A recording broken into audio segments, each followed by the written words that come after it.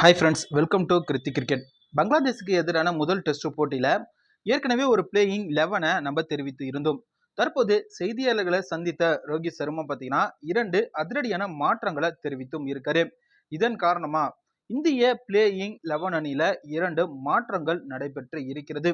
அதற்கு காரணம் பங்களாதேஷுடைய பந்து வீச்சும் பேட்டிங்கும் மிக அற்புதமாக இருக்கிற காரணத்தினால இந்த 2 பவுலர்களை உள்ள கொண்டுட்டு வந்தா அது இந்திய அணிக்கு பின்னடைவை ஏற்படுத்தும் அப்படிங்கிறதுனாலையும் ரோஹித் சர்மா இந்த முடிவை எடுத்தும் இருக்காரு. இதனால பங்களாதேஷுக்கு எதிராக முதல் டெஸ்ட் போட்டியில அதுவும் சென்னை மைதானத்தில் நடைபெறுகிறது அப்படிங்கிறதுனால இந்த மாற்றத்தை ரோஹித் சர்மா செய்தும் இருக்காராம். செய்தியாளர்களை தற்போது சந்தித்த ரோஹித் சர்மா இந்த முடிவை வெளியிட்டும் இருக்காரு. அதன் காரணமா பிளேயிங் 11ல 2 அதிரடியான மாற்றங்கள் நடைபெற்றும் இருக்கிறது. 2 நட்சத்திர வீரர்களை கலட்டி விட்டும் இருக்காரு ரோஹித் சர்மா.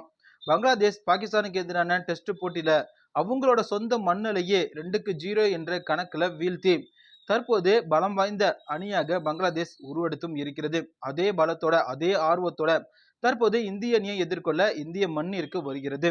இதனால சில முக்கியமான மாற்றங்களை ரோஹித் சர்மா செய்தும் இருக்காரு. அதன்படி பங்களாதேஷுக்கு எதிராக களமிறங்க போற இந்திய பிளேயிங் 11 அணி இதுதான். ரோஹித் சர்மா, ஜெய்ஸ்வால், சுப்மன் கில், விராட் கோலி, KL ராகுல், ரிஷப் பண்ட், ரவீந்திர ஜடேஜா, ரவிச்சந்திர அஸ்வின் இவங்க எல்லாருக்கும் வாய்ப்பு கொடுக்கப்படுகிறது. மாற்றம் இல்லை. ஆனா 3வது ஸ்பின்னரா யார் களமிறங்குவா அப்படிங்கிற எதிர்பார்ப்பு இருந்த நிலையில குல்தீப் யாதவ் தான் களமிறங்குவார் அப்படின்னு எதிர்பார்க்கப்பட்ட நிலையில 3வதாகவும் மேலும் ஒரு ஆல்ரவுண்டரை உள்ள கொண்டு வராரு ரோஹித் சர்மா. அது வேற யாரும் இல்ல, அக்ஷர் பட்டேல் தான். துலீப் டிராபில குல்தீப் யாதவ் திறமையா செயல்படாத காரணத்தினால அக்ஷர் பட்டேல் திறமையாக பேட்டிங் பவுலிங்கை வெளிப்படுத்திய காரணத்தினால இந்த மாற்றத்தை ரோஹித் சர்மா கொண்டு வந்தும் இருக்காரு. அதற்கு அடுத்து ஜஸ்பிரீத் பும்ரா பங்களாதேஷ்க்கு எதிரான தொடரில் களமிறங்குறாரு.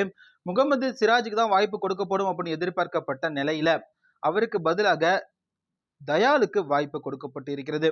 துலீப் டிராபில மிக சிறப்பாக பந்து வீசியதன் காரணமாக அவருக்கு இந்த தொடரில் வாய்ப்பு கொடுக்கப்பட்டு இருக்கிறது. இதுதான் பிளேயிங் 11 அணி.